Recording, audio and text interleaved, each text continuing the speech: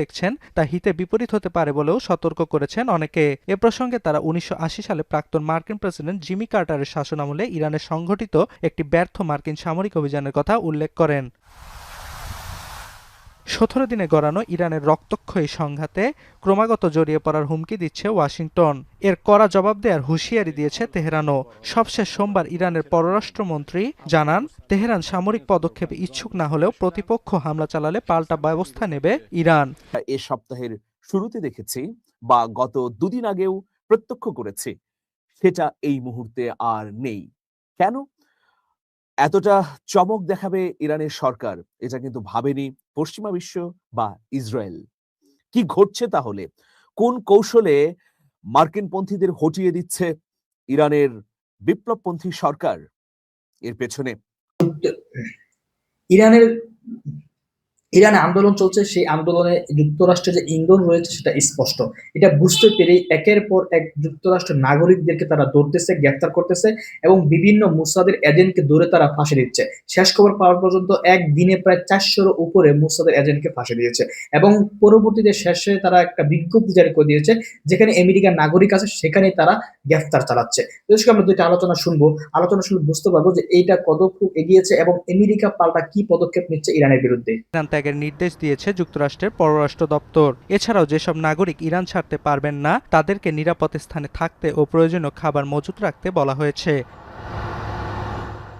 Reuters জানায়, মধ্যপ্রাচ্যের দেশ কাতারের আল উদেইদ বিমান ঘাঁটিতে ঘোরাফেরা করছে অতিরিক্ত যুদ্ধবিমান। এটি থেকে ইরানের দূরত্ব ২০০ থেকে ৩০০ কিলোমিটার। এদিকে ইসরায়েলের গণমাধ্যমের দাবি, রোববার রাতে উদেইদ বিমান ঘাঁটি থেকে KC-135 রিফুয়েল ট্যাঙ্কার এবং B-52 বোমারু বিমান সহ বেশ কয়েকটি মার্কিন যুদ্ধবিমান উড্ডয়ন করে। এই স্থাপনাটিতে অন্তত ১,০০০ মার্কিন সেনা মজুত রয়েছে। এদিকে শুধু আন্দোলনকারীদের জীবন রক্ষা নাকি ভিন্ন কোনো কারণ, ঠিক কোন উদ্দেশ্যে ট্রাম্প ক্রমাগত ইরানে হামলা চালাতে চায় তা নিয়ে তৈরি হয়েছে প্রশ্ন। এ বিষয়ে খোদ হোয়াইট হাউসের প্রেস সেক্রেটারি ক্যারোলিন লেভিট জানান, প্রেসিডেন্ট কি করতে যাচ্ছেন তা তিনি ছাড়া কেউই জানেন না। বিশেষজ্ঞদের অভিমত, শুধু ইরানের বর্তমান সরকার হটানো ট্রাম্পের উদ্দেশ্য নয়, এর বাইরেও ভিন্ন কোনো উদ্দেশ্য রয়েছে মার্কিন প্রেসিডেন্টের, যা স্পষ্ট হতে আরও কিছুদিন সময় লাগবে। অন্যদিকে চাথাম হাউসের ফেলো বিলাল সাব বিবিসিকে জানান, মধ্যপ্রাচ্যে আধিপত্য বাড়াতে চায় ট্রাম্প। তবে ভেনেজুয়েলায় সফল হামলার পর ট্রাম্প ইরানে আক্রমণের যে স্বপ্ন দেখছেন তা হিতে বিপরীত হতে পারে বলেও সতর্ক করেছেন অনেকে। এ প্রসঙ্গে তারা ১৯৮০ সালে প্রাক্তন মার্কিন প্রেসিডেন্ট জিমি কার্টারের শাসনামলে ইরানে সংঘটিত একটি ব্যর্থ মার্কিন সামরিক অভিযানের কথা উল্লেখ করেন। ১৭ দিনে গড়ানো ইরান। আসসালামু আলাইকুম প্রিয় দর্শক, আমিরুল মোমিনিন মানিক আপনাদের প্রত্যেককে আমন্ত্রণ জানাচ্ছি চেঞ্জ টিভির লাইভ পর্যালোচনায়। প্রিয় দর্শক, আজ ১৩ই জানুয়ারি ২০২৬, এই মুহূর্তে রাত ৭টা বেজে ৫৮ মিনিট। আমাদের অত্যন্ত গুরুত্বপূর্ণ আলোচনার বিষয় হচ্ছে, ইরান থেকে পালাচ্ছে মার্কিন পন্থীরা, হঠাৎ যা ঘটল। হঠাৎ করে ইরানে কি হচ্ছে? ইরানে যে বিপ্লব নস্যাৎ হবার আমরা পরিস্থিতি দেখলাম, তা থেকে কি উত্তরণ ঘটেছে? মার্কিন এবং ইসরায়েল পন্থীরা কেন থমকে গেল হঠাৎ করেই? এইসব কারণ অনুসন্ধান করার চেষ্টা করব প্রিয় দর্শক। এই মুহূর্তের খবর হচ্ছে যে বিভিন্ন প্রদেশে ধীরে ধীরে স্তিমিত হয়ে আসছে বিক্ষোভ।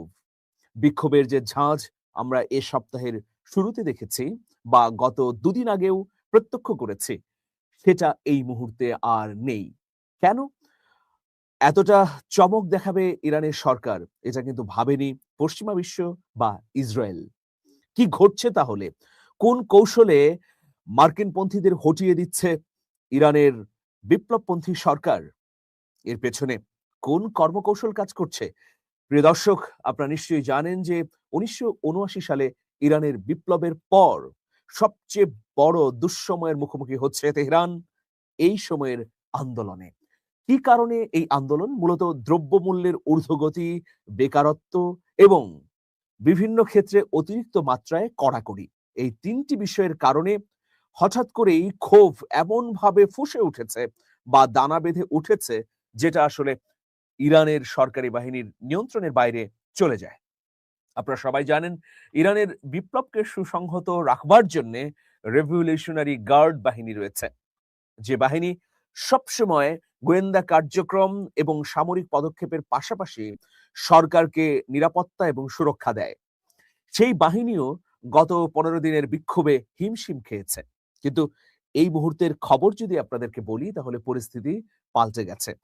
তবে পরিস্থিতি পাল্টে যাওয়ার কর্মকৌশল ব্যাখ্যা করার আগে আজকের যে খবর আমরা পাচ্ছি যে একজন সেনা কর্মকর্তা তিনি তার নাম প্রকাশ করেননি। আন্তর্জাতিক গণমাধ্যমগুলো বিশেষ করে ইসরায়েল এবং মার্কিনপন্থী গণমাধ্যমগুলো তার বরাত দিয়েছে। তার বরাতে জানাচ্ছে যে ইরানে চলমান সরকার বিরুদ্ধে বিক্ষোভে প্রায় 2000 মানুষ নিহত হয়েছেন। দেশটির একজন কর্মকর্তা নাম গোপন রেখে এই তথ্য রয়টার্সকে জানায়। রয়টার্স যে মার্কিনপন্থী গণমাধ্যম এটা তো সবাই জানেন। এছাড়া জেরুজালেম পোস্টও এই ধরনের খবর প্রকাশ করেছে। যাই হোক প্রিয় দর্শক, তো ইরানে এই বিপুল সংখ্যক মানুষের মৃত্যুর জন্য কারা দায়ী? মূলত সন্ত্রাসীরা দায়ী বলে ওই কর্মকর্তা দাবি করছেন। বিক্ষোভকারী যেমন নিহত হয়েছে, একইভাবে সেনাবাহিনীর সদস্যরাও বিক্ষোভ দমাতে গিয়ে নিহত হয়েছেন। মানবাধিকার সংস্থা ইরান হিউম্যান রাইটস 80-র দশকে ইরানের সংগঠিত মানবতা বিরোধী অপরাধের সঙ্গে এখনকার অবস্থাকে তুলনা করে উদ্বেগ প্রকাশ করেছে। সংস্থাটির পরিচালক মাহমুদ আমিরি মোগাদ্দাম এক বিবৃতিতে জানিয়েছেন যে ইরানে বিক্ষোভকারীদের উপর যে গণমৃত্যুদণ্ড বা বিচার বহির্ভূত হত্যাকাণ্ডের ঝুঁকি তৈরি হয়েছে তা অত্যন্ত ভয়াবহ। প্রিয় দর্শক, আপনারা জানেন যে 9 কোটি জনতার দেশ ইরান। গত 2 সপ্তাহ ধরে ইরানে লাখ লাখ মানুষ সরকারের বিরুদ্ধে রাস্তায় নেমে এসেছে। অন্যদিকে আইন শৃঙ্খলা রক্ষাকারী বাহিনীও কঠোর হয়েছে। ফলে সংঘাত অনিবার্য হয়ে ওঠে, বিপুল সংখ্যক মানুষের প্রাণহানি ঘটে। মার্কিন প্রেসিডেন্ট ডোনাল্ড ট্রাম্প এই পরিস্থিতিকে অত্যন্ত গুরুত্বের সঙ্গে পর্যবেক্ষণ করছেন বলে ইতোমধ্যে জানানো হয়েছে ওয়াশিংটনের পক্ষ থেকে। ইরানে যে বিক্ষোভ হচ্ছে এটিকে আসলে রেজিম চেঞ্জ বা শাসন ব্যবস্থা পরিবর্তনের ইঙ্গিত বলেও মন্তব্য করেছেন ট্রাম্প। বিক্ষোভকারীদের উপর যদি হামলা করা হয় তাহলে পাল্টা সামরিক আক্রমণের হুমকি দিয়েছে ওয়াশিংটন। এইরকম পরিস্থিতিতে ইসরায়েলের প্রধানমন্ত্রী নেতানিয়াহু বলেছেন যে যে কোনো মুহূর্তে ইরানে আক্রমণ চালাতে পারে তেল আবিব। তবে ইরানের পক্ষ থেকে খানিকটা কৌশল অবলম্বন করে বলা হয়েছে আলোচনার দরজা যেমন খোলা আছে ঠিক তেমনি যুদ্ধ বাঁধলে ইরানের পূর্ণ মাত্রায় প্রস্তুতি আছে যুদ্ধ করার। 2 দিন আগেও ইরানের সামরিক কর্মকর্তারা খানিকটা পিছু হটে ডোনাল্ড ট্রাম্পের সঙ্গে আলোচনার বার্তা বা ইঙ্গিত দিচ্ছিলেন। কিন্তু এই মুহূর্তের খবর হচ্ছে যে ইরানের বিপ্লবপন্থী সরকার আবারও ঘুরে দাঁড়িয়েছে, আবারও তারা শক্তি সঞ্চয় করেছে। এখন পিছু হটতে বাধ্য হচ্ছে মার্কিন এবং ইসরায়েল পন্থী প্রতিবাদকারীরা। আসলে ইরানের এই বিপ্লবকে নস্যাৎ করবার জন্য ইসরায়েলের পক্ষ থেকে যেমন নানা ধরনের চক্রান্ত রয়েছে, একইভাবে পশ্চিমা বিশ্ব বিশেষ করে মার্কিন যুক্তরাষ্ট্র মুখিয়ে আছে যে এই সরকারের পরিবর্তন হলেই ইরানের ইসলামী অভ্যুত্থানের পতন ঘটবে এবং এই যে 1979 সাল থেকে ইরানে ইসলামী প্রজাতন্ত্র ব্যবস্থা চালু রয়েছে সেটিরও পতন ঘটবে। এর বিপরীতে গণতান্ত্রিক শাসন পদ্ধতি কায়েম হবে।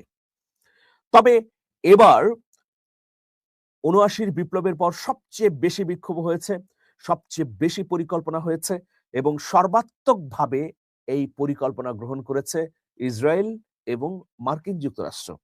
সবশেষ আজকের তথ্য হচ্ছে যে বিভিন্ন প্রদেশে যেভাবে বারুদের মতো আন্দোলন ছড়িয়ে গিয়েছিল তা নিভে যাচ্ছে, সেই আন্দোলনের তেজ কমে আসছে। লাখ লাখ মানুষ যারা বেরিয়েছিলেন রাজপথে তারা ইতোমধ্যে প্রতিরোধের মুখে পড়ে বিভিন্ন জায়গায় পালিয়ে যাচ্ছেন। মার্কিন যুক্তরাষ্ট্রের পক্ষ থেকে বলা হচ্ছে ইরানে বা ইরানের আশেপাশের রাষ্ট্রগুলোতে তার নাগরিক যদি থেকে থাকে তাহলে তারা যেন দ্রুত সেই সব রাষ্ট্র ত্যাগ করে। এখন ইরানের এই পরিস্থিতিকে সামাল দেওয়ার কি কৌশল? প্রথম কৌশল হচ্ছে যে বিপ্লবী সরকারের প্রতি জনগণের একটি বড় অংশের সমর্থন। আমরা দেখলাম গত 2 দিন ধরে প্রতিবাদকারীদের বিপরীতে ইরানের জনগণ যারা খামেনির শাসন ব্যবস্থাকে সমর্থন করেন তারা রাজপথে নেমে আসেন। লক্ষ লক্ষ মানুষ রাজপথে নেমেছে আয়াতুল্লাহ আলী খামেনির পক্ষে। শুধু তেহরানে নয়, বরং সমগ্র ইরানের বিভিন্ন প্রদেশে, ছোট ছোট শহরেও, গ্রামে গঞ্জে মানুষ নেমে এসেছে এই বিপ্লবের পক্ষে, আয়াতুল্লাহ আলী খামেনির পক্ষে এবং বর্তমান শাসন ব্যবস্থাকে টিকিয়ে রাখার পক্ষে। এটা হচ্ছে একটা বড় কৌশল। গত 15 দিন ধরে প্রতিবাদকারীরা যেভাবে আন্দোলন করেছে, অনেক ক্ষেত্রে তারা সহিংসও হয়েছে। তো তার উল্টো পিঠে ইরানের বিপ্লবপন্থী সরকারের পক্ষের থাকা জনগণ নানাভাবে সংগঠিত হয়ে গত পরশুদিন থেকে রাজপথে নেমে এসেছে।